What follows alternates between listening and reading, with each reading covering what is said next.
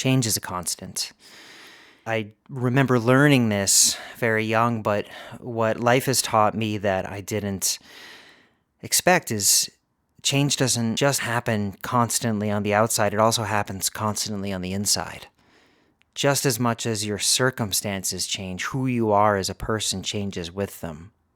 Just as much as the people, the environment, the events in your life continue to evolve and unfold, your inner journey of discovering who you are continues to unfold. And so how do you navigate that? How do you navigate two turnings, an inner and an outer, at the same time?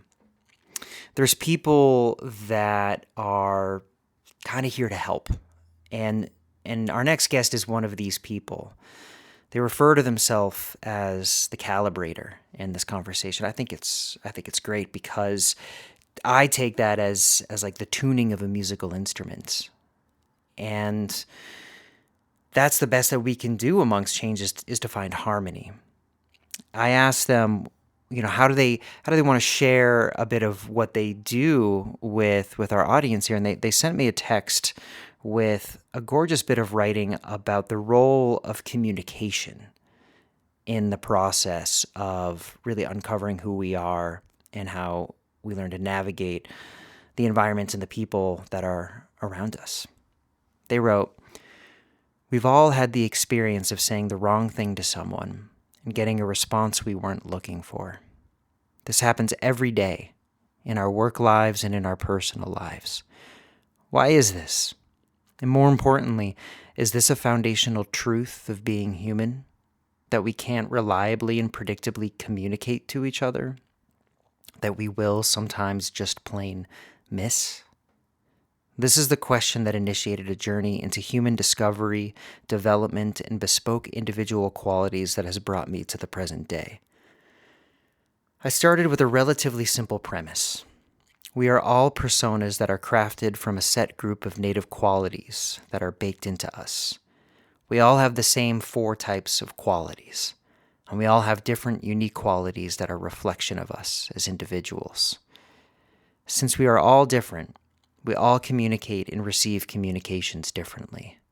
If we want to always get through, connect, and reach our fellow humans, the solve is to start by understanding how everyone receives communications on an individual level. I created a system for this, which evolved into an algorithm and code for unpacking people. If we can understand how to communicate with each other, we can also learn how to do so strategically, so we can actually motivate each other and put our entire community into flow.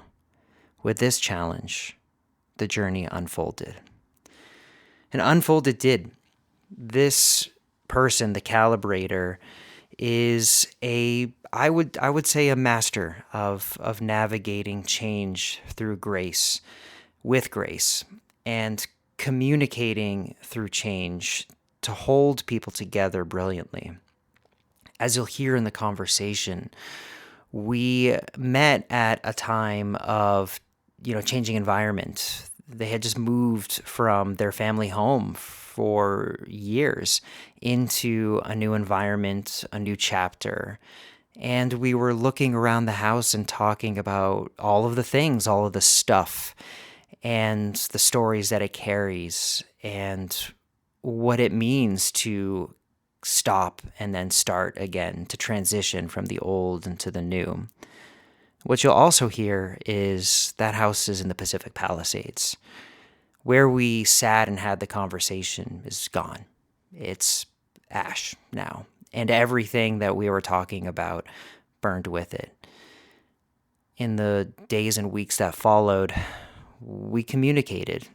We communicated about how that experience was, how this person, the Calibrator, was doing. And what I saw is somebody that deepened their well of strength, deepened their connection and their communication with the people around them through an incredibly arduous journey. So listen closely to what this person has to say, because their story, their wisdom is going to be valuable for you. whenever you face some of the hardest trials in your life, and the most important thing that you'll be reaching for then is how to communicate with others. Which way is north? All right. First question. First billiard break on the conversation is, how do you want to be known, identified in this discussion? For this discussion, I will be the calibrator. Okay. What is that? So it relates to my work, and I work with people, and I found that most people, like instruments, can be calibrated for performance. And once you understand kind of their range and the parameters where they exist throughout the day or throughout a week, and based on different emotional states, you can actually help people to calibrate a version of into their version of their performance state, where they get better yield and better outcome. So this performer in the state, is that like a high performer, like an artistic performer? Like let's double click on the definition of performance. Started out as from working with high performing teams and high performers, but then expanded with the premise that all people have a natural or native performance state. And if you can help them to find it and then stay within it, then the momentum will take over, and they will perform better in whatever their pursuit is. Okay, I like that. Well, all right. So we're gonna drop into the 7 questions, 7 directions, and I kind of feel called to play with the ordering of them a little bit, and I want to start with what is behind you. So it's a very interesting question, because I had lived in the same place for 12 years, and over the summer made the decision, or last spring made the decision to move. Mm-hmm. And in the process of doing it, I reflected a lot how it was not only like a family home, but it was related to identity and everything. And this decision to move to a new location ended an entire chapter of life for not only myself, but my family, and put that in the past. And it put us into a different place, which was more forward looking. So what does that do when you kind of like close the lid on a chapter like that? So it's wild. You have a complete story. There are a lot of things in your life where, if you're looking at what is going on in that moment, you will not be able to make sense of it, because it makes no sense. But when the story is complete, then you have the whole story. So when you can bookend something and have the end of the story, then you can answer the question, well, what happened? Right? Until then, there's always the opportunity for different outcomes. And there's something very stabilizing about knowing how the story ends. So the time for sense making is after, not during? I think during, you try to make sense and you try to choose direction based on the signals you're getting. But then afterwards, you can look back and say, okay, that was either a good decision or a not good decision. What's interesting about this one is a neighbor of mine messaged me the other day, and they were saying how they were sad to see that the roof of my old house was being lifted off. Okay. Is there a metaphor here? Well, what's going on? So it's wild. And I said, well, I had such a great time in the house, and I'm thrilled for the new owner to make the house their own. Yeah. Because the house was a container. Right. So for me there was a lot of weight attached to the container, and the inertia is to stay in the container because it's safe and it's cozy and all of your stuff is there. And it's highly disruptive to say, you know what, I want to start a new chapter of housing, right? Like, why would you? Right? You're already where you want to be. It's extremely inconvenient. It's extraordinarily inconvenient, and you have to face everything that you have brought into that house and that container, and you have to parse out things that you will not leave with. Yeah. And as decades pile up, you have a lot of stuff to reconcile with, and so there's this time where you have to kind of like face your past. So the literal act of figuring out what to do with your stuff creates an exercise where you're closing a chapter and you're deciding, in some respects, what stays and what goes, what stays with you and what goes. So parts of you die, parts of you get dismissed. Correct. This concept that I use, the language I use, is the permanent collection.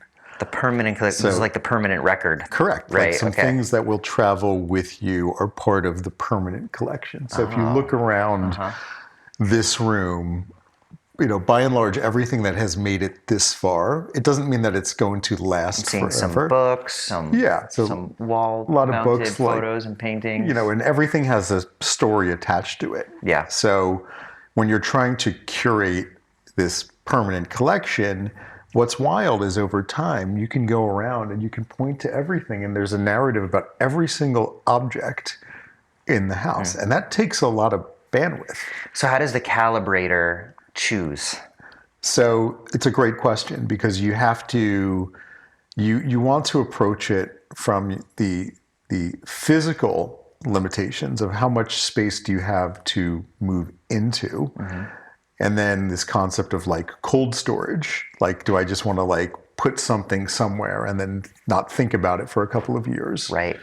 And then, is this stuff that I actually like? I want to be around. Like this chair's end of life was like 20 years ago. It originally was my brother's, and it got reupholstered many times. And now I'm looking at it and I'm like, I'm not really attached to the chair, but I need a chair. But, so there's all these. So it's kind of practical in some respects. It's practical. It's not just an emotional exercise. No, it's practical, but there is a purge still on the horizon of like a secondary. Like, how many times have you done this? How many times have you closed the chapter in life to start a new one? In this particular context, this was a unique one, because in prior times, I was either moving into an apartment or moving in with someone else, and you were kind of adding bodies to the story. And then there's a point when bodies start exiting the container. So when my daughter went to college, some of her stuff goes into storage, some you get rid of, some goes with her. And then you have the historical archives, like stuff from childhood and things. And you have to decide, is this something that someone will want to have around going forward? This one was different maybe from some of the ones in the past, perhaps where there were externalities that were driving a change, like a life passage moment, like you graduate high school, you go to college. Correct. Or a partnership, right? There's another person. Correct. This time it was only an internal driver. So it was the difference between the life stage of the family home, and then the reality that the family was going to start shrinking. The immediate family that you're around every day is going to start shrinking. Back to you. Yeah. So it goes back to, is this right for me? And what is the setup going forward when you need less? Yeah. Like there's much of your life is you're building and you're adding, and then you hit a point when you're shedding. And I think what's interesting is that what has gotten started to get a little bit skewed with Gen X and then millennials and then Gen Z going forward is the point in your life, the age you are when you do the building, and then the contracting starts. So for the our parents, they would start the building in their early 20s. Right. And then I didn't have my first kid until I was 35. Right. But then I had my last kid when I was 50, right? So I had this prolonged building stage where, it's an 18 years until one of them exits. But what's wild that I feel is that my chronological age lined up with shedding, even though the family was still kind of intact. So you could look at, if you laid over the prior generation with this generation, like at the age that I am now, like people would be empty nesting and downsizing. So I felt that kind of calling personally. I just wanted less stuff. And how does that inform being the calibrator? Well, self-calibration is kind of the key. Like if you can calibrate yourself, you can calibrate other people. So for me, I could find that based on my wiring, I'm very much a nature over nurture person, and based on my like embedded internal qualities, it was the right move for me to do that. Okay, so tell me more about this nature versus nurture thing. So in terms of coaching spaces, like kind of personal, professional development spaces, that's an interesting sort of fork in terms of the growth mindset. Yep. Where you can adapt and evolve into anything versus it's still expansive, but the fixed mindset of something like let's say like a human design, where it's almost astrological, or like a Myers-Briggs test, where it's almost scientific. And so you are prescribed an identity that then you get into alignment with. And then it's learning to work with that versus making like a total change of identity or path. Yeah. So there's a hybrid version of the two that I believe in. So you have what I call native qualities. Okay. So, and when you're around little kids, you can see it. If you ever have like kids of your own or nieces or nephews, or you watch the arc of childhood, and the kid you see at 3 is the same kid at 18. They are exactly the same. So that's part of what's informed you here is the cycles that you've seen. Correct. Yeah. So it's like you can see that all people are different, but whatever these native qualities are, they have them. At the same time, and when I say that you have these native qualities, you don't have to put any effort into these. Like you just have them. Like some people are just very perceptive or high empathy. They have some things that they have that other people don't have. So everybody goes through life with 4 advantages in their pocket. Okay? But at the same time, that only gets you so far. And so you also have to develop skills to practice. Right? And so you have to think of, okay, I have these going for me. These qualities I don't have to practice. I just have them. Like I'm fast. Okay? But then there's other qualities that I need to practice over a long period of time, that when you fuse the two, you have the whole complete package. Right? So in your case, so say you have, you're extraordinarily perceptive, and you practice articulating as a writer, right? Right. Okay. Right. Turning the inputs into outputs. Correct. Yeah. So I have watched you work on that, like practice that, like through repetition over a long period of time. So it's natural that you could end up writing a book, right? Because you have the muscle memory of the skill, and then you have the native qualities of what to write about. Right. More attainable for me than being an Olympic pole vaulter. Correct. That's correct. Now, I actually did pole vault in high school. Did you really? I did. Yeah. Well. And it was something else. It was like came up for a reason. Then let's dig into that. It was it's funny because I have one kid in college. My second oldest is a sophomore, but starting the college conversation. And so the method I used, I thought was a very effective method, which was, yeah, you have to know where you want to go to college, and you have to have the minimum requirements in terms of like grades, scores. But then you have this area of activities. And if you stack your activities, meaning you could find, if you look at the breadth of every activity in a high school, and if the metric you're looking for is varsity letters, then there are certain things that will have equal weight. You could be on the varsity basketball team, very hard to do, or you could be on the varsity track team, easier to do. You just need an event. But in track, there's, dozens of events. Right. So the strategy that I employed, which ended up me being a pole vaulter, was I'm going to pick this spot that no one else wants. And then I'm going to stack, and I stacked 3 or 4 varsity letters. And then I think I was like second in my league.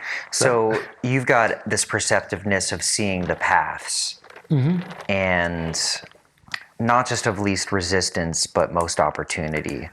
Correct, and that's something that I use actually as Yeah. one of my in one of my frameworks. Is there's always a path of least resistance and most opportunity. That's the exact language I use. Is that right? That is exactly it, right? So pole vaulter, father, what else feeds into the calibrator? So again, so you start with my own native qualities, like so the qualities that I have. Like one of the qualities I have is distillation, meaning I can look at a lot of information and I can see what it all, boils down to, what it all means. Yeah. Right. So if I'm looking at, here's 200 activities, there's one right over here. Right. I also have perspective, meaning I can kind of look at information and I can kind of zoom in or out or change the angle on it to kind of understand it better. Another quality I have is being a shaper. And what that means is I can take information and I can put it into a format for someone to understand it, but I can also put it into a format where they understand what I want them to understand. So I can take something abstract, right? How am I going to get into college? And I can shape the perception of that to be the way I'm going to get into college is this. Yeah. Right? You can take a concept and make it fit the ACE2 receptors so Exactly. that it's taken in by the... That's exactly right. Yeah. That's exactly right. You're a conceptual protein bender. That's exactly right. Right. So I can always tag the inputs. Yeah. anytime, Yeah. Right. Incredible. So you have these qualities that once you're aware of them, you can then start to work with them. Is this new? This identity as the calibrator? Are you initiating yourself into being more expressed in it in this chapter?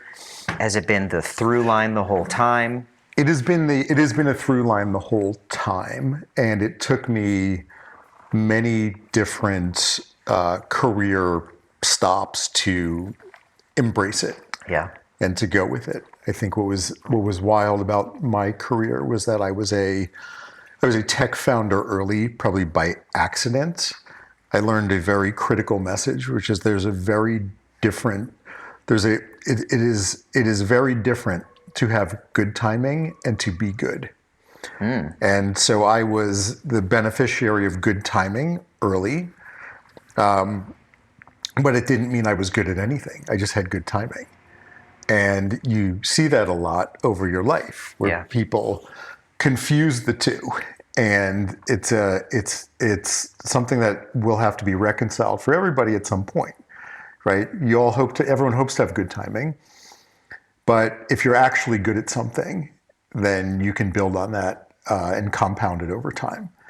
So there was a point I made the decision that even though I really hadn't any background or credibility in kind of like understanding and kind of helping improve people, I just felt I had a knack for it, and I decided to get good.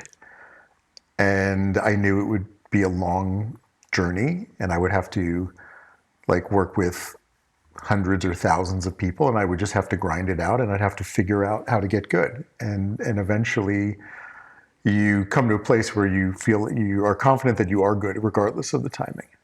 And then you vault. And then you vault. That's exactly it. All right, what's in front of you? So in front of me, when I think in terms of, I'd say the first perspective is I feel like I'm going downhill. So there's a great metaphor in football when a running back is running downhill. And like, I'm an Eagles fan, and we have Saquon Barkley this year, which is just so fun because he was a guy that told his old team he wanted to play for them and retire for them. And they decided he wasn't good enough.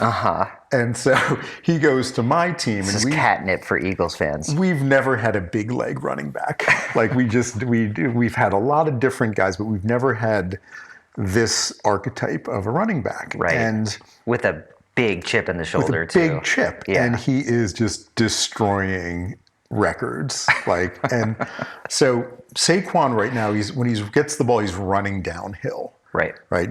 He builds his own momentum and he's running downhill. And so I use that metaphor because with the move of what was behind me, I finally put myself in a position after a very, very long uphill to be going downhill.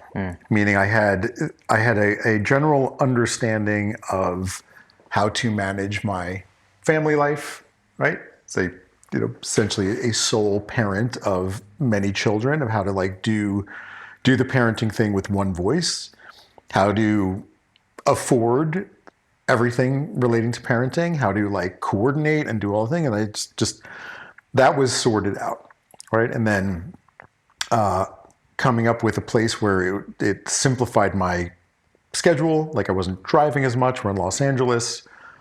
Was driving, hour and a half each day, just shuttling people, got rid of all that. And then work life, I took all of the pressure off myself of trying to force the timing and come up with something profound. And I allowed myself just to work with people that wanted to have better performance and that came to me and solicited me.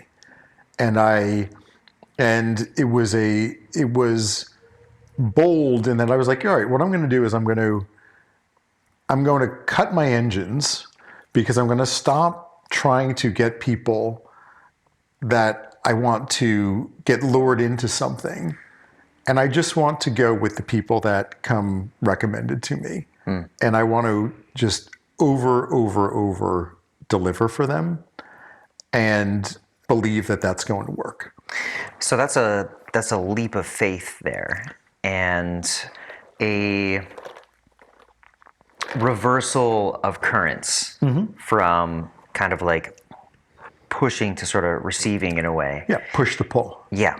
I want to talk about the hope and the fear that you are feeling or have felt as you've been stepping into that new way of operating. Yeah. So fear is largely gone.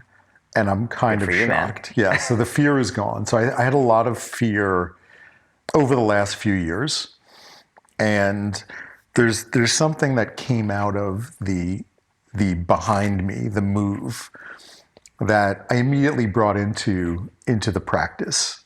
And a lot of the stuff is based on these flywheels. And there was a very interesting one that I could reflect on that started to really lock other parts in.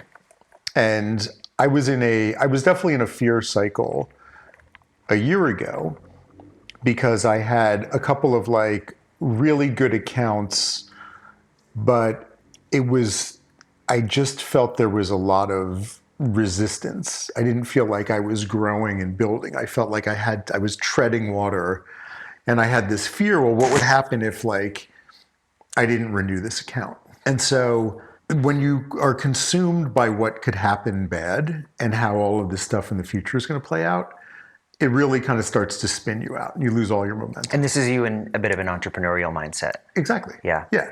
Yeah. You're like, well, how do I how am I going to get to here? Because I have to keep building step by step by step. And the fact is that that could work, or the whole thing could collapse if what you're delivering isn't good. So you'd have to oscillate between being an entrepreneur and being the calibrator, which is really like the calibrator is like the juice of the teaching, the method. But still, you've got to manage the business that you're running around that. Or am I wrong here?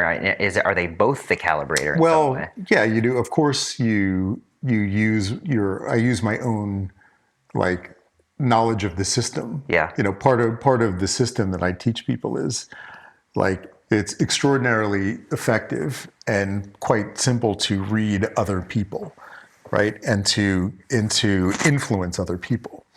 Right. So the metaphor that I say with a laugh, depending on who the audience is. Yeah. But if you take one of the primary concepts that came out of the last couple of years, and one of the most popular words, I think it was 2 years ago, the word of the year, which was gaslighting, which was convincing people that something that is not true is true.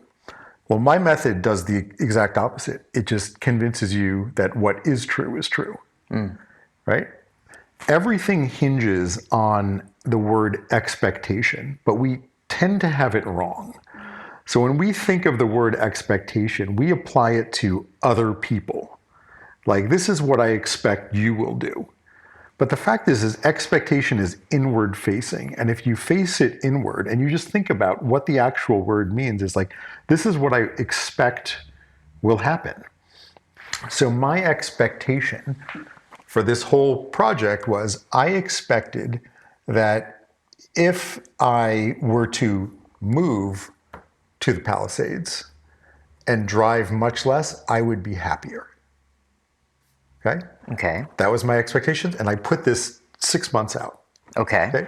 Okay. You're very structured here with navigating hope and fear and through expectation. Correct. And it's been 3 months? I've been here for about 6 months. Are you happier? Yeah, I'll get to that. I'll get that at the end of the wheel. So I start with my expectation. Okay.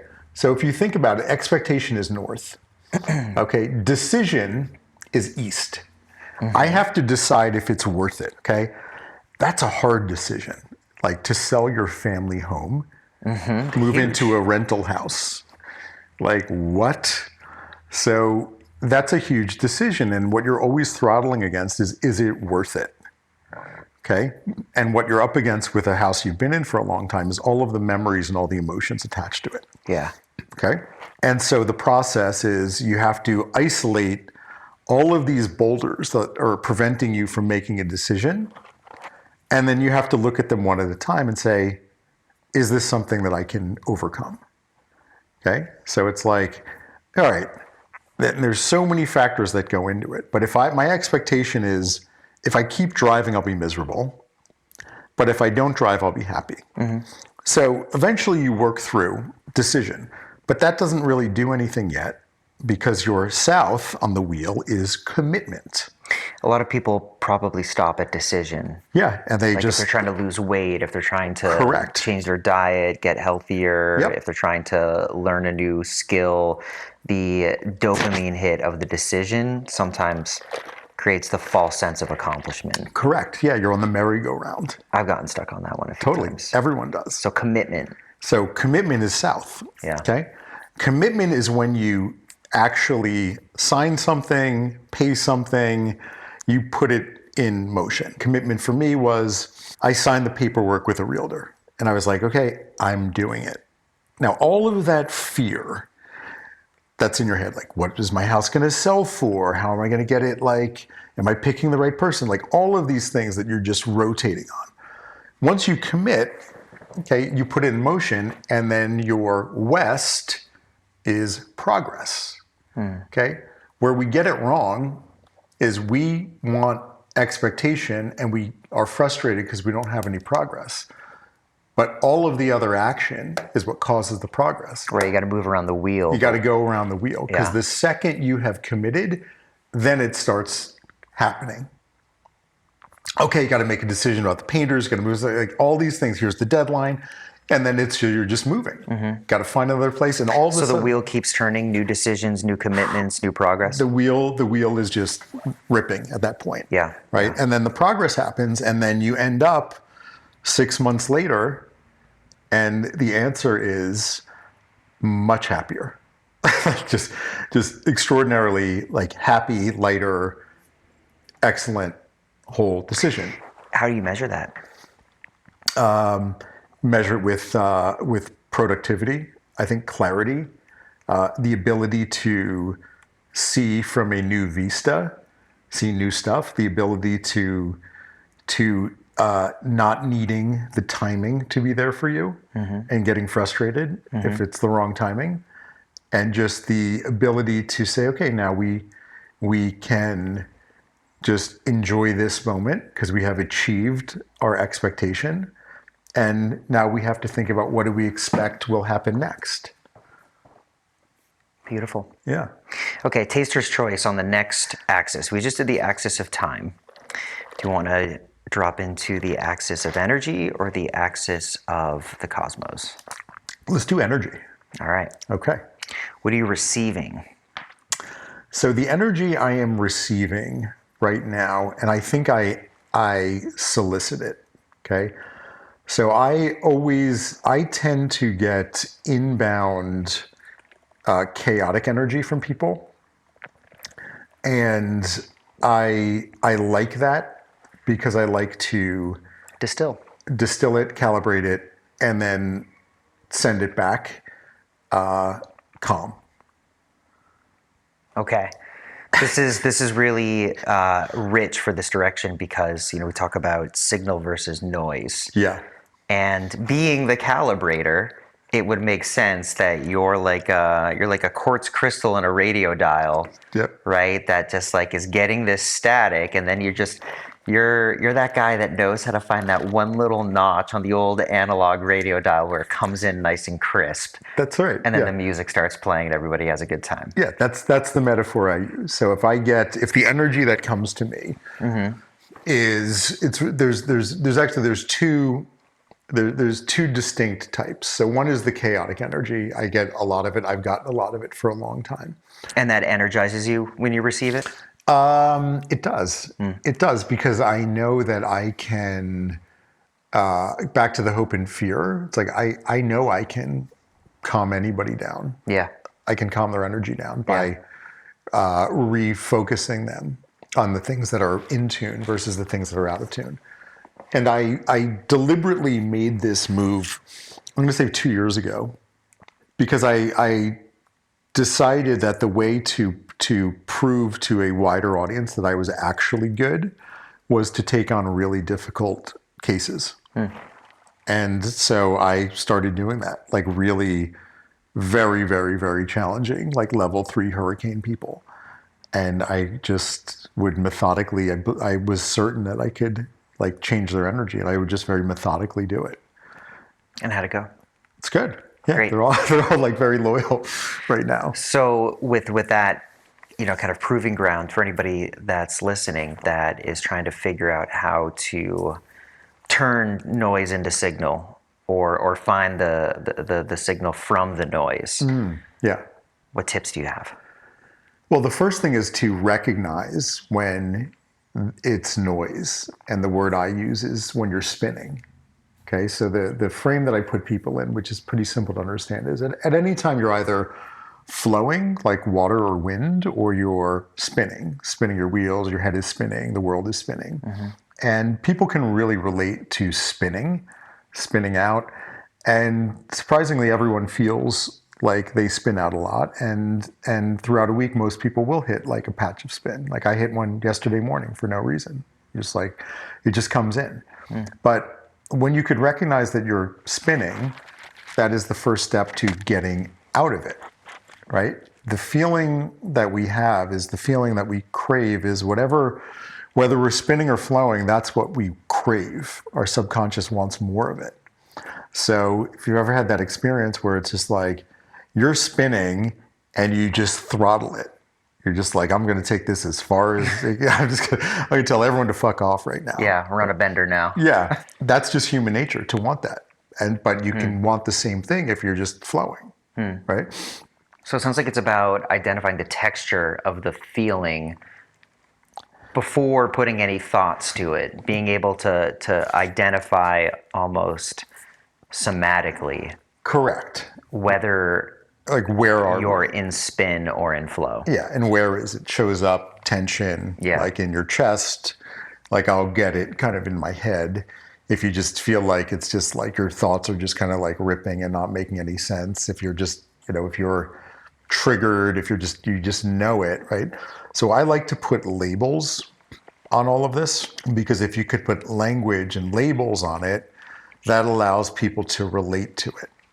Yeah. Okay. And if you can relate to it, you can shift it. So right away, I mean, putting words on noise turns it into signal. Correct. Because Correct. by definition, you're extracting information. Correct. Yeah. And the way to, like, what are the ways to get someone into a different, like, state? Okay. Yeah. So name it, feel it, name it. Correct. I did this blood work test that someone turned me on to, and I did it because it was going to reveal my biological age. Now, my buddy of mine had told me about the test, and he's a couple years older than me, goes to the gym twice a day, and I thought he was going to be the standard, and his biological age was like 5 years younger than. And I was like, all right, I'm gonna try this out. So my actual age is 54. I go do the blood work. I get my biological age, 43. Nice. Okay. Okay. And so it gets into my head. I was like, how is that possible? Yeah. Okay. Because I eat a lot of chips. I eat a lot of bad food.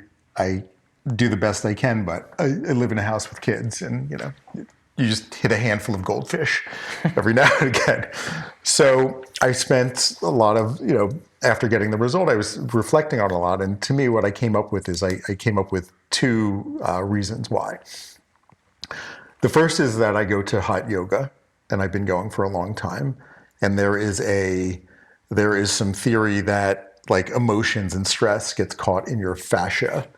And if you can expel it, then if you have a practice to expel it, you can get it out of your body instead of it staying in your body and sickening you. I say right now I had finished a 10-year, very challenging period of my life. At times were a bit of a hellscape. A lot of interpersonal stuff, a lot of drama, a lot of very, very difficult people, but I got through it. And along the way, I picked up this practice of going to hot yoga because it would give me a physical workout. It would clear my head, but I would also get this like huge sweat and I would get all the toxins out of my body. Yeah.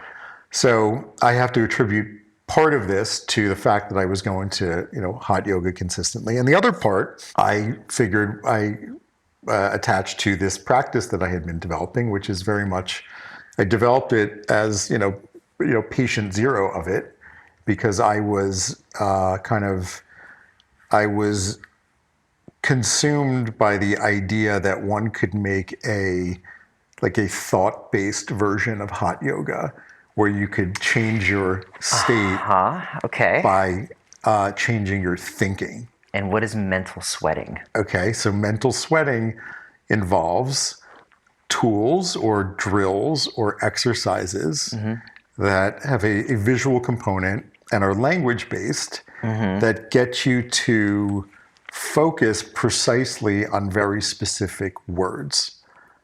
And when you have to think of what the word is, or you have to write down what the word is, it will, if you focus on that, you can detach from the chaotic thinking. Yeah. And so I feel like the combination of those two is reflected in a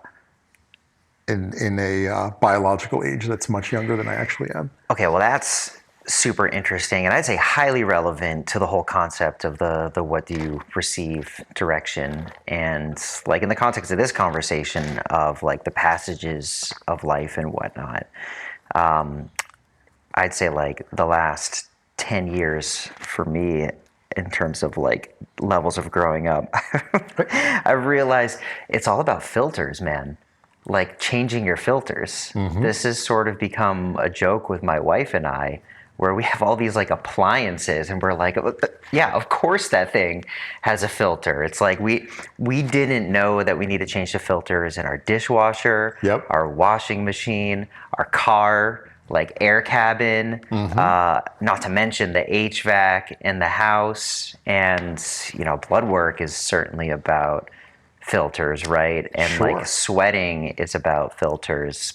But like that's a huge part of working through the signal and the noise is, I think, respecting the systems that we have for filtration and doing a little maintenance on them Yeah. from time to time, both in the literal and in the abstract. Yeah, I think so. I think what's nice about a filter is you can see what came out.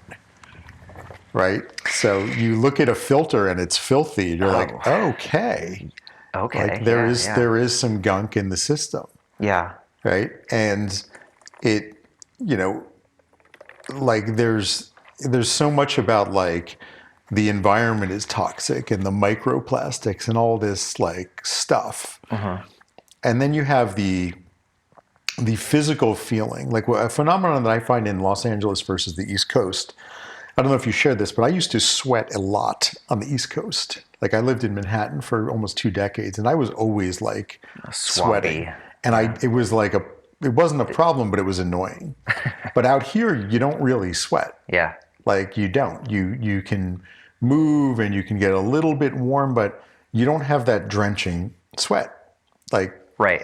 And it is environmental from the drier air, but something does happen where I think your body does change a little bit. And yeah, I've had people be like, how are you not sweating right now? Totally. Yeah. And so I think about that because I was like, but once you sweat, you're like, okay, I really got all this like stuff out. Yeah. So the metaphor I use that, with yoga is like, you're changing the oils, you're sweating out all of this stuff, and then you're just putting clean water into your body. Yeah. And like, of course you feel amazing.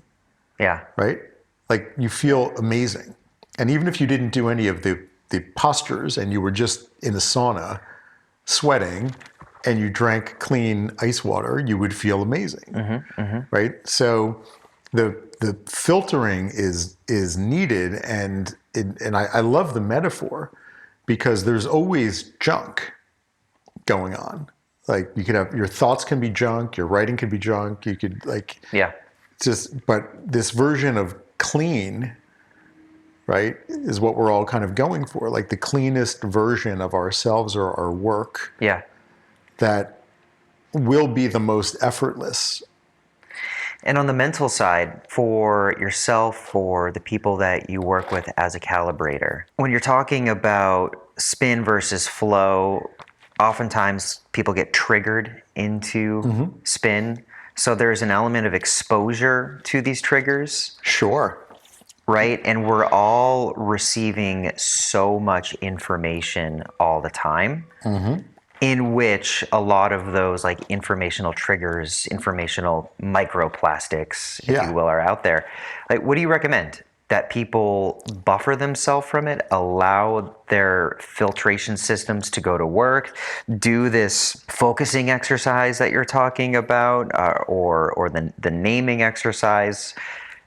How do people navigate the state of overwhelm informationally that we have right now? It's great. So we have there is a game unique to my family because I don't think any family is as absurd as we are and would play this.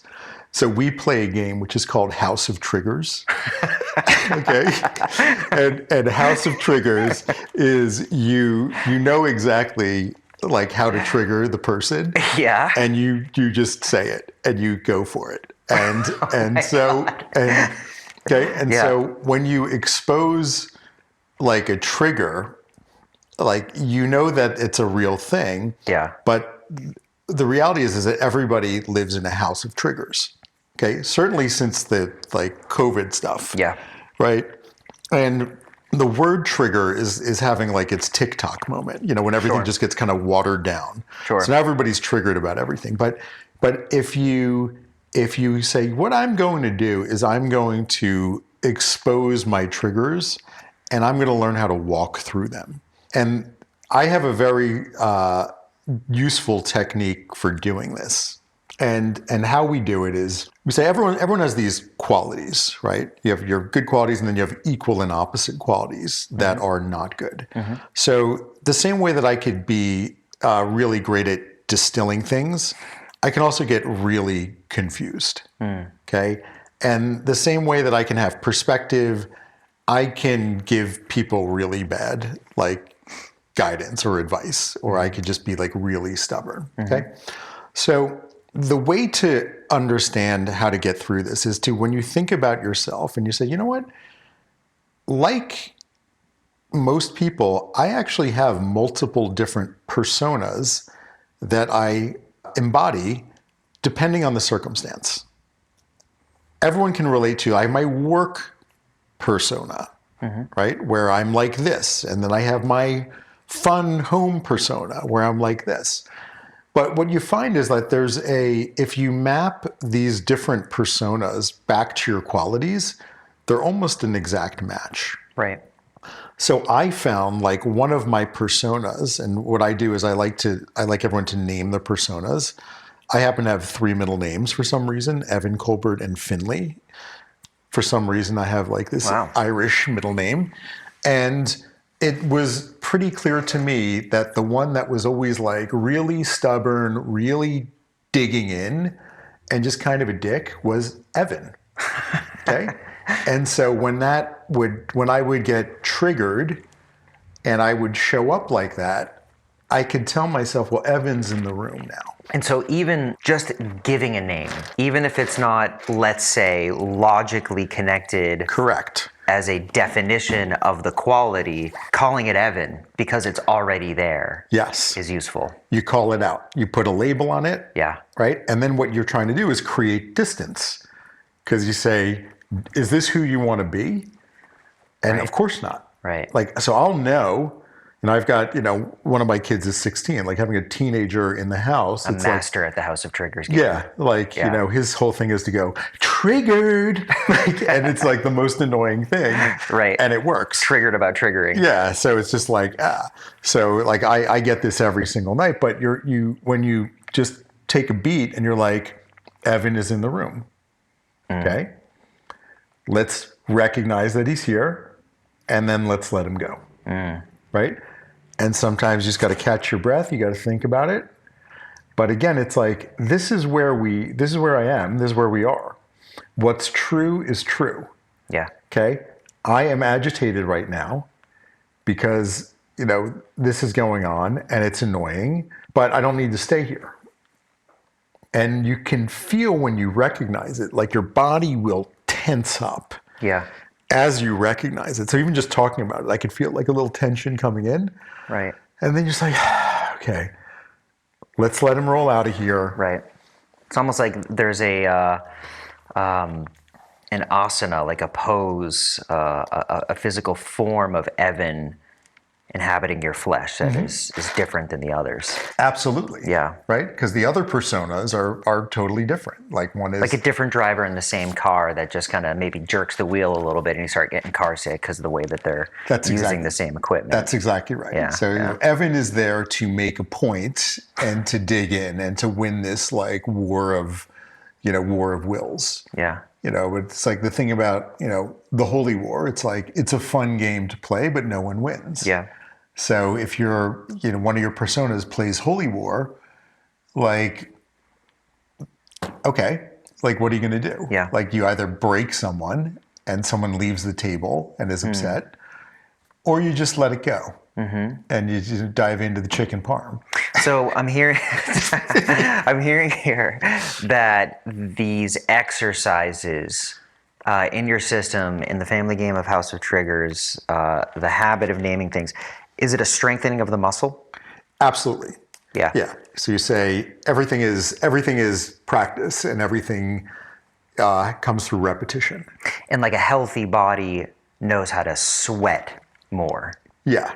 And a healthy mind does the same. A healthy mind will do the same thing. Yeah. So if you think of these tools that I expunge, I have made, it's like I will do them in my head. Yeah.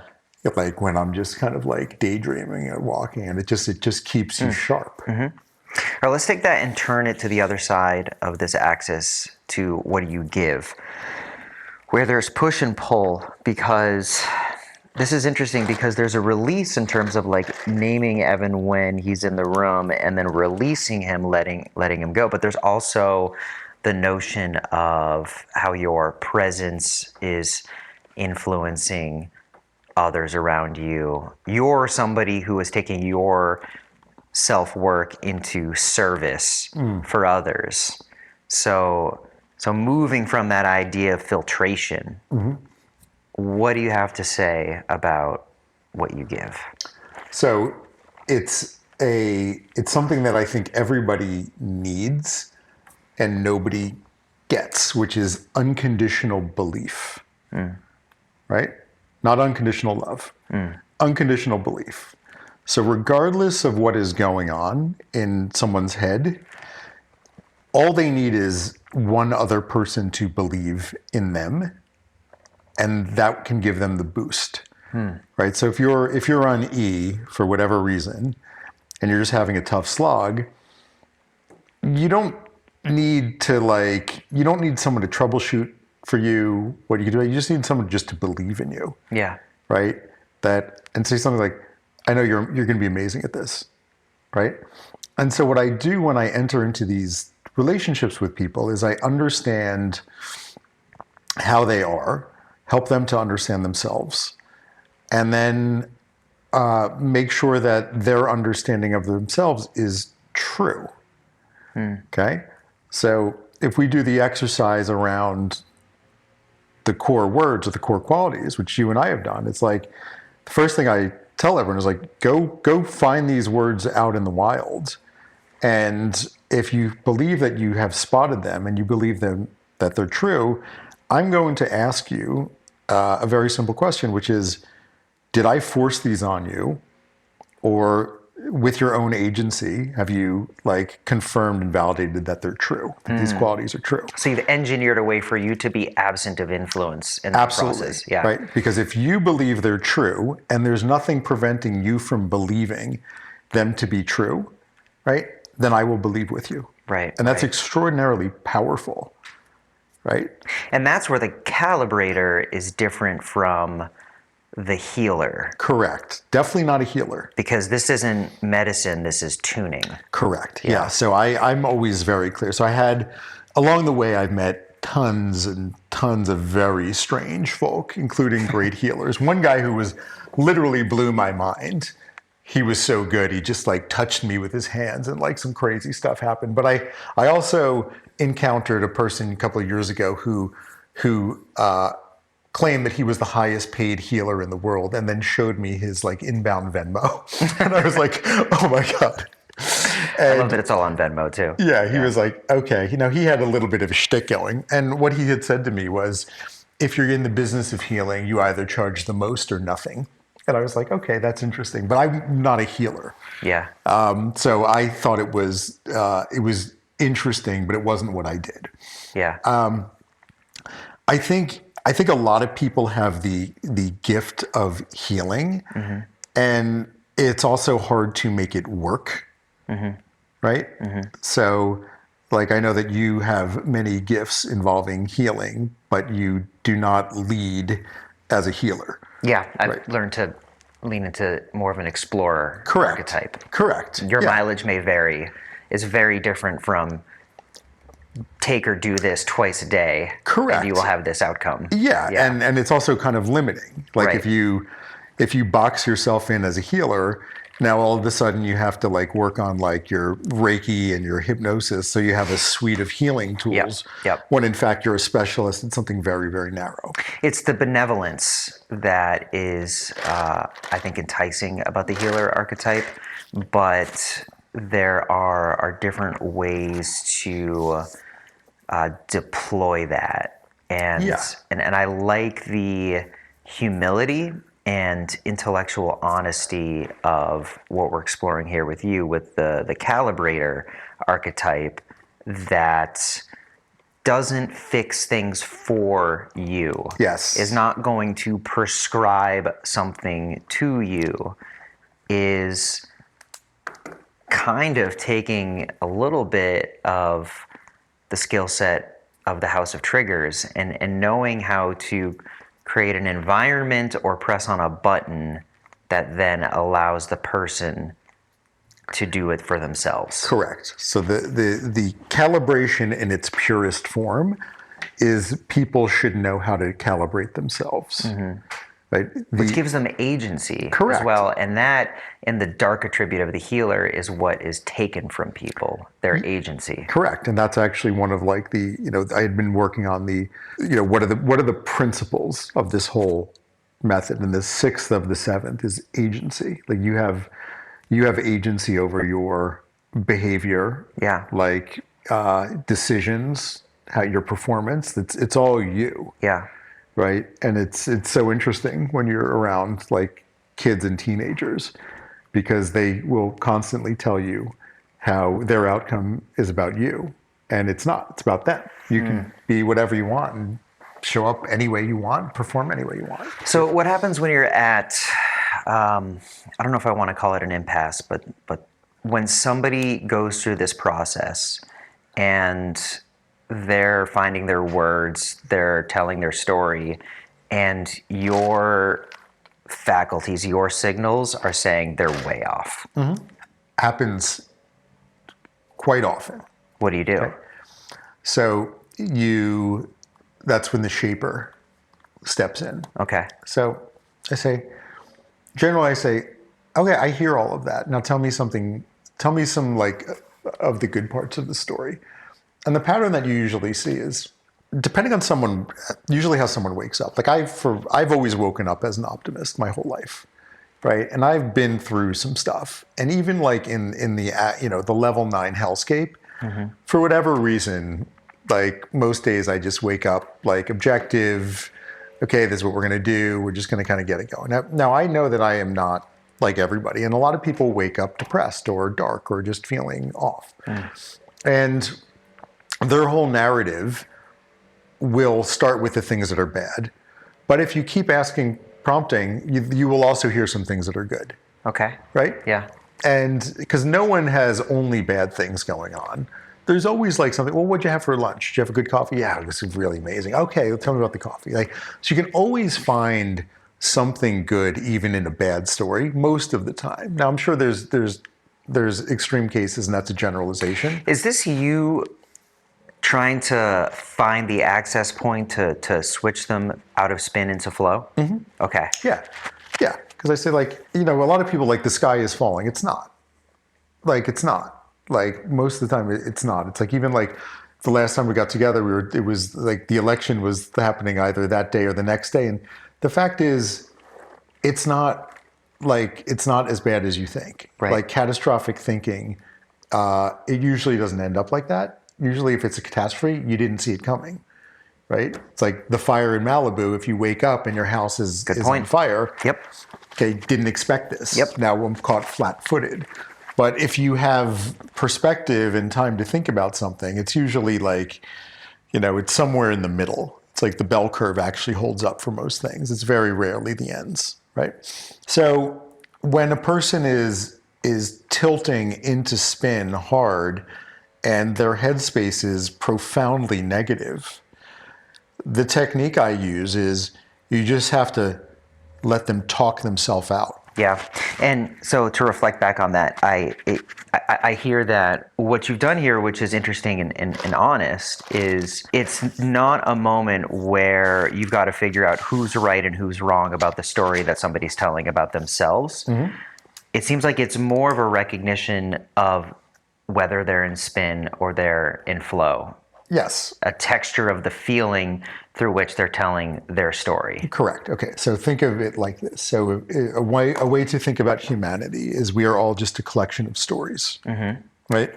And when we meet new people, right, we tell different stories. Some are just happened, some are old stories, right? And that's that's the currency, right, is story. We can rearrange the story points. We can leave stuff out, or we could add stuff depending on what we want. Yeah. Like I have a client who just is always repeating these old storylines, and we do an exercise called the 3 truths, and it's like something used to be true, but it's not true anymore. Like if you did something 5 or 10 years ago, at one time it was true, but now it's a good story, but it's not true anymore. Like there's a new truth that has replaced it. So a lot of people will search for all the stories they have and stack up the bad ones to tell a version of their day which was horrible. Yeah. This happened, and this happened, and this happened. And then there's people who will look at any day and stack up the good stories, right? This. Like I could say, wow, I woke up and like the heater wasn't working in the house. And then I had to like do all of the like get people out of bed and get them to school. Or I could say like, oh yeah, the house was cold. So I went outside and had like a great workout. Right. Right. So we have agency to choose whichever ones we want. So if someone is leading with only bad stories, that's a headspace thing. So if you're trying to calibrate them, you need to surface good stories that are hopeful and interesting and optimistic and forward-looking. So there literally is a push and pull here. Yeah. Right? In terms of you want to pull out the good stories and kind of push down the non-serving stories. Correct. So I'll have people who are work in venture capital trying to like decide, should I join this group? Should I invest in this group? Who am I? Right? A lot of people have this identity crisis. Like I'm at this point in my career, I don't even know who I am. Yeah. Okay. Great. Well, let's talk about it. Okay. And game planning conversations strategically is really an effective way to shift your headspace long term. Yeah. So we say, I'm about to have a conversation with someone, and what I want out of the conversation is this. So what I'm going to do is I'm going to table these things that I used to be saying that are not effective anymore. Yeah. Yeah. An identity crisis is a crisis of story. Yeah, exactly. Yeah. Well said. We've all gone through them. Yeah. It's like, what now? Yeah. I think the hard part about the technology as an industry is you move through a career path too fast, and you don't have the opportunity to learn all of the skills along the way. Yeah. And then you end up with a where am I moment. And then you realize, like, you see, a friend from college who's just been grinding at some like boring, monotonous thing over and over, and you're like, oh shit, they're actually, I might have done well, but I'm kind of envious of what that person has going on. There's something I've learned about just one of the costs of that acceleration is you grow, you evolve too fast to be able to tell your story even to yourself while it's happening. Correct. And then when you get to those completion moments, as good as they are, there's a significant part of you that's like, I wish I marinated in that a little bit. Yes. That's a little bit of the human condition, but add the acceleration, and it really emphasizes that that texture of you missed a story if you didn't tell it enough. Yeah, totally. Yeah. It was happening so fast I wasn't paying attention. Like Right. the container took me from here to here. Yeah. And it was a blur. But it's going to be hard to get into one of those containers again. Right. You're like, whoa. Right. Like, and then will I ever get back in? What am I going to do? And a lot of people go through it. It's like a lot of these things have a cadence in your life. Like it makes sense. Like this whole idea of like the midlife crisis. Yeah. Like most people go through a moment where what has worked in the past no longer works, and they don't necessarily have an answer. Right. But that is the moment, like that's the opportunity to just kind of like really understand what you're working with, what skills you have, what qualities you have. Let's use this word container to shift into the cosmos. Indeed. I just wanted to say those words. Well, especially with container. So what do you rest upon? What is the soil of your life? What is the container? So I think either the bedding is, for me, the family. Yeah. Definitely. So I am blessed because I have 4 kids at very different ages. I feel that there's a deep authority of the integration of your fatherhood into your work as a calibrator Yeah. that is like, And it feels unassailable. and what's very funny is that one of my clients is a based in Paris, and she's like a master like astrologist chart reader. Yeah. And so according to my chart in her language, it's the lunar dad is actually Okay. is actually my chart. Okay. And Define that a little bit. so I'm I guess a combination of like Virgo and Cancer. And so I have the ability to, it lined up when she read my chart, it lined up with my qualities like exactly. So I became kind of a believer in the stuff. Yeah. Yeah. Then I had her read the charts of my girls, one of whom's 19 and a half and in college, and one of who will be 4 in a month. And they both have big charts, Yeah. which was wild because they're like in each other's charts, but it'll be an interesting interplay to watch over the years of these like big personalities. Sure. So for me, like the journey of being a parent is by and large a single parent for the older ones. So for the last 4 years, raised the older 3 myself. So lunar dad here is kind of integrated feminine and masculine. Well, that's right. And knowledge of cycles. Yeah. So Wisdom of cycles. So I make this joke a lot, and it lands depending on the person I'm talking to. But I have, I was a Gen X, and we model our parents for what we expect. So when I got married, it didn't cross my mind that I would ever do laundry. Sure. Right. Or Because of what you modeled. Yeah. And as it turns out, the way my life has unfolded, I do all of the chores. Yeah. I do all of like when my kids were little, I did all of the play dates, like all of like the typically feminine roles. I did them, but I did them my way. So I found a version of parenting that worked for me, and it also worked for the kids.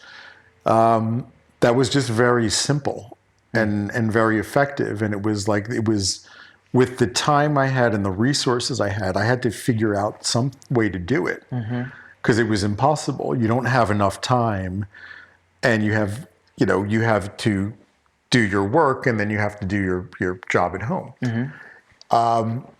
And people will still say like, it's like, wow, I can't believe you, like, how did you? And I say, well, I think that's the wrong perspective, because this perspective I had was, this is what happened and this is true.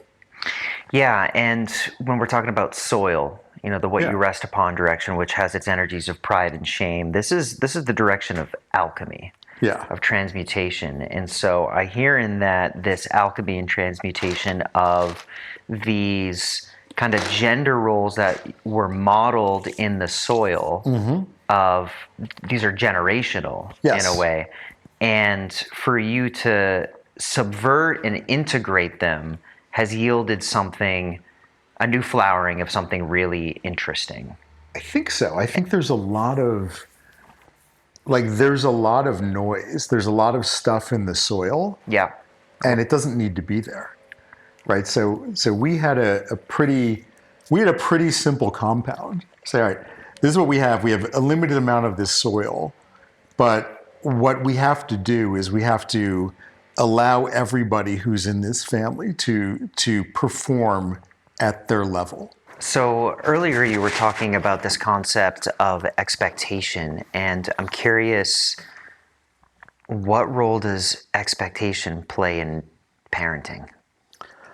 So again, if I have an expectation of my kid, it's pointless. I'll just get frustrated. But if they have an expectation of themselves, I can be super supportive, and then I can help guide them towards the outcome that they want. And I think where we are unique in this household is we have kind of single voice parenting. So there's no confusion between expectation and then a plan to get there.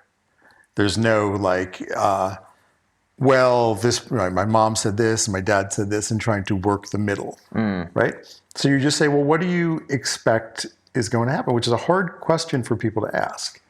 So my younger boy is like a great soccer player, and he did this, transformation from like just a local player to, playing on a club team, an all-star team, and all this thing. And it's like, it starts with a conversation, usually like 6 months or a year out. Like, well, where do you expect you're going to be? And when you push on that, that's when you can set the level of accomplishment or achievement. I'm going to show you this picture because this is kind of wild. So, a year ago or 2 years ago, he's getting very into soccer, and we're watching the World Cup. And what's really great about like little guys when they're younger is they get so into the sports. They get really, really, really consumed by it, and they're just kind of all in.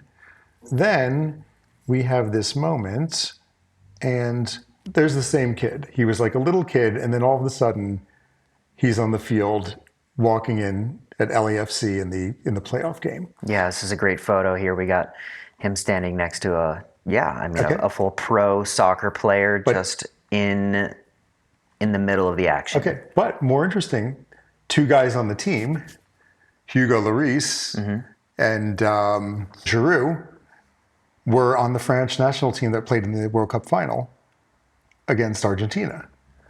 So he was in the locker room with these two legends that he saw through the screens, and now they're physically here. And he went and he introduced himself to them. Oh, he went up. Yeah, he went up to them and he shook hands or fist bumped. Very cool. And so when you use that, like that's a great expectation, right?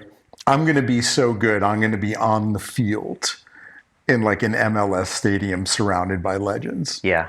Great. We just did that, right? So what we want to do is we want to look in the future and want to raise our expectations, because if we can expect it, then we can make it happen. Yeah. Right? Yeah. If we say that would never happen, it won't. It's possible. Okay. Okay. You walked me through a little bit of a model that you worked with him on in terms of developing his skill set. Correct. I'd love for you to talk about that a little bit, as much as you're comfortable. Absolutely. The game of boxes. Yeah. Okay. So path of least resistance, most opportunity exists for everything. Yeah. And there's a very simple way to do it. It involves sketching 5 boxes on an angle. Okay. You start at the top box, and the top box is where you want to end up. Your time reference is usually 6 months or a year. A year is good because you can get anywhere in a year. The bottom box is where you are generally. Okay. And the reason it's a game is you can't move from box to box until the prior box is complete. And what that shows you is you have to work your box, the box you're in, sometimes for a long time. And I have a lot of people I work with, they're stuck in the same box. Mm-hmm. And we know what the map looks like, but you're in the box that you're in, is where we are. So the way it works is you have to work the boxes backwards. But once you do it, you have a very, very simple plan. So this guy, he and I, we did one of these. This was 2 years ago. And it was really wild to see, because he was by far the youngest person I had ever done something like this. Right. So what happened as a backstory is he had tried out for his local all-star team, and he didn't make the team. And he was absolutely crushed. Yeah. And as his parent, I knew that there were 2 dynamics going on. One was that he probably wasn't good enough because the kids were bigger and a year older, but he also didn't get noticed. And so I said to him, he was I think just turning 10. I was like, okay, here's the deal. You have to commit to this. Like, you have to really want it. But and I want you to sleep on it, but if you commit to it, I'm going to lay out a very simple plan for you. And if you do the plan, I'm pretty certain that you will get where you want, just to be an all-star a year from now. Mm-hmm. Right? So you broke it down. So I broke it down. He wakes up the next morning, he's eating his Cheerios. I was like, what'd you decide? He goes, I'm in. I say, great. Okay. A little bit of being there for the feelings. Yeah. Right? And then just the helping hand of when if you're ready. You have to be ready. That's the word, like commitment. Yeah. Like you have to be committed, because if you're not committed, I'm not committed. Yep. Like, what's the point? Yeah. Like, I have too many other like children to commit to, things that you're not committed to. But if you're committed, I'm committed. If you believe, I believe. Okay, those are our rules. Box 1, we go down to the park, and he says, okay, I want to play with you. And I said, no. You see that kid over there? You have to go play with that kid. And he says, but I don't know that kid. I said, exactly. The way to get good at soccer or at anything is you have to learn how to play pickup. So go introduce yourself, and I bet the kid wants to play. Walks over to the kid wants to play, they're playing pickup. He was like, that was so fun. I was like, okay. He's like, what are we doing next? I was like, we're going to go to the park tomorrow. And that's also building a very important social muscle. Correct. Yeah. Correct. Right? So we go down to the park the next day. What are we doing today? See that kid? Yeah. Gets a little easier. Go ask him to play. Yeah. Same thing. So the first box he's in is playing pickup soccer. And he's in that box, he's over winter break. We're going every single day. He's doing the same thing. And what's happening is he's going, and then he recognizes the kid and he's playing, right? He's not standing around waiting to play with his dad. Okay. So then you're ready to go to the next box. His second box, he's like, okay, go down to the park. He's like, all right, should I go play? I was like, okay, so here's different about today is I'm going to leave the park, because your second box is you have to be comfortable without adult supervision. Now, this is a 10-year-old in a Los Angeles park, no phone, okay? And he's like, but I don't want you to go. I was like, I'm going to go. Yeah, I'm going to run an errand. What is this, the 90s? Yeah. So I go for 15 minutes, come back, he's fine. Yeah. Next day, go for a half hour. Yeah. Pretty soon we build it up where I'm leaving for like an hour and a half, and I just leave him at the park playing pickup soccer. Yeah. And he is getting more and more confident.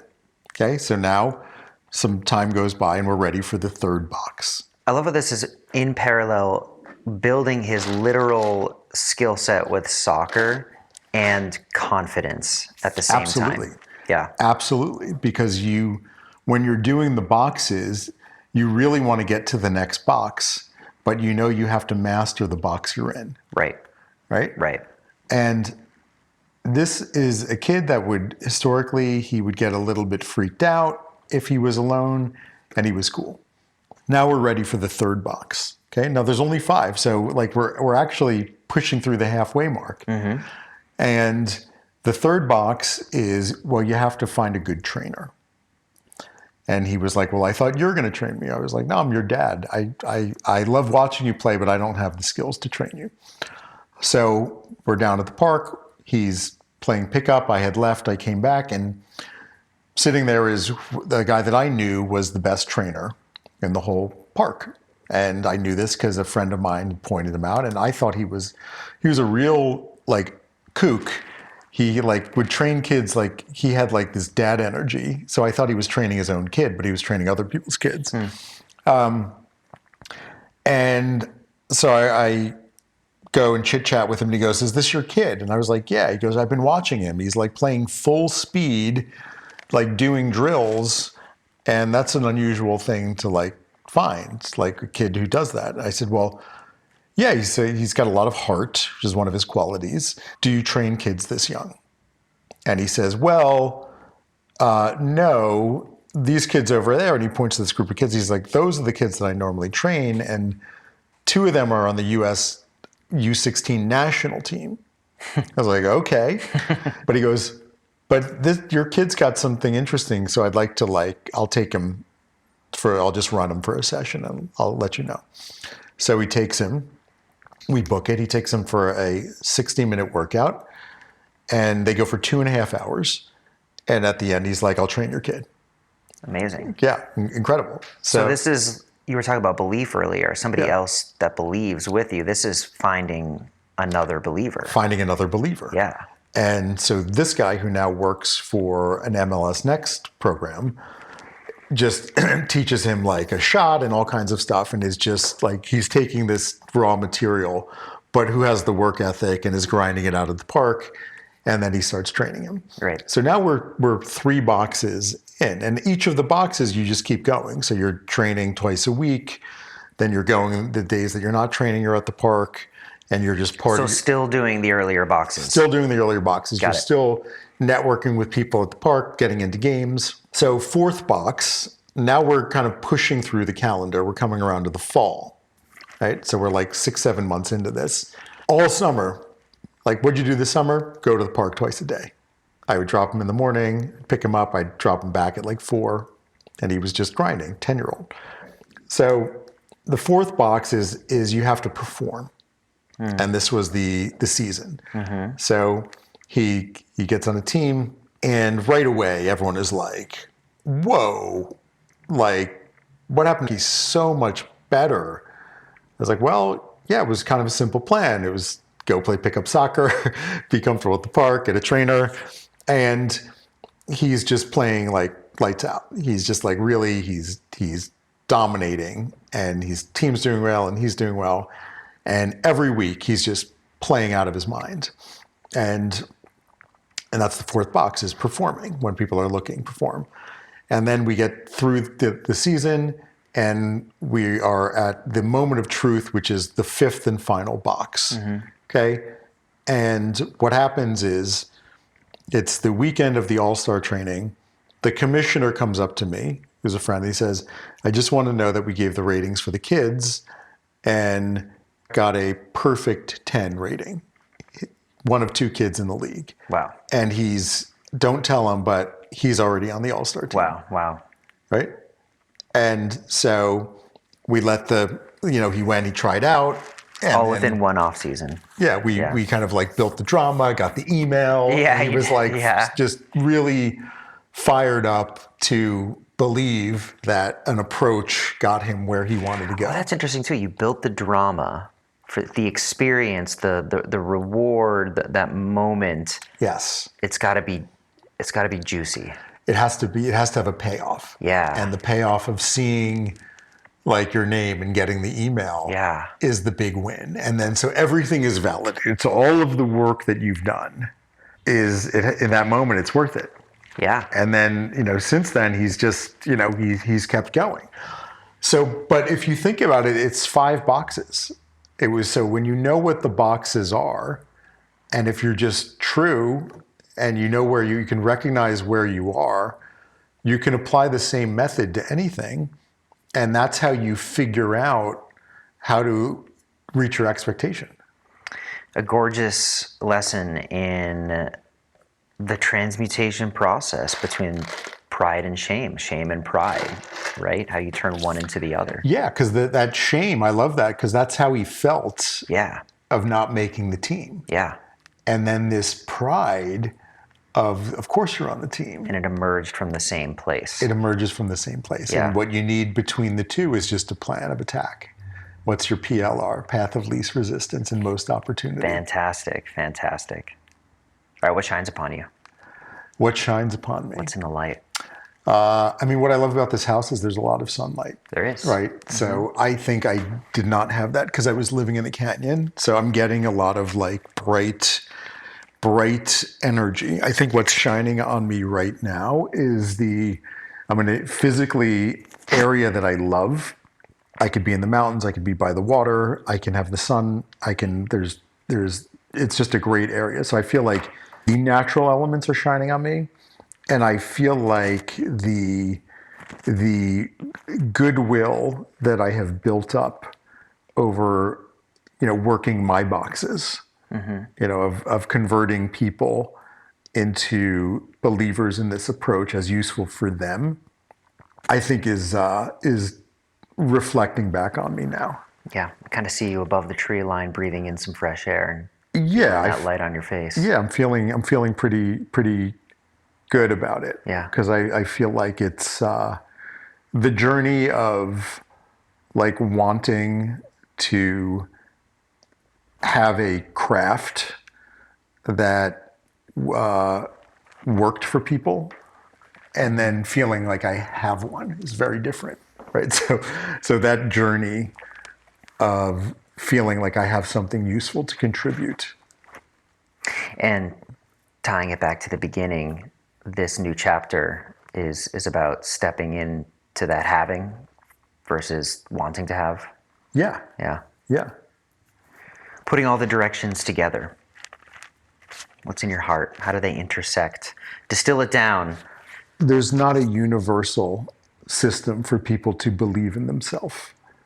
And I feel like I have an approach to it. And it that's why this word calibration has resonated. And we talked before, and I had used this word tuning, and I just kind of made this shift over the summer to calibrate because I just felt it was more. It was a truer word, and I feel like in my heart is extending that out, like showing people some very simple, whether you want to call it a life hack or a tool or an exercise. It's just like, try this. Yeah. Try this, and then report back. Like, you do it yourself, that's amazing. Like, you want to do it with my guidance, that's amazing too. Yeah. But give it a shot, and if you like it, share it. That's gorgeous. Thank you very much. It's been a pleasure to chat with you. Absolutely.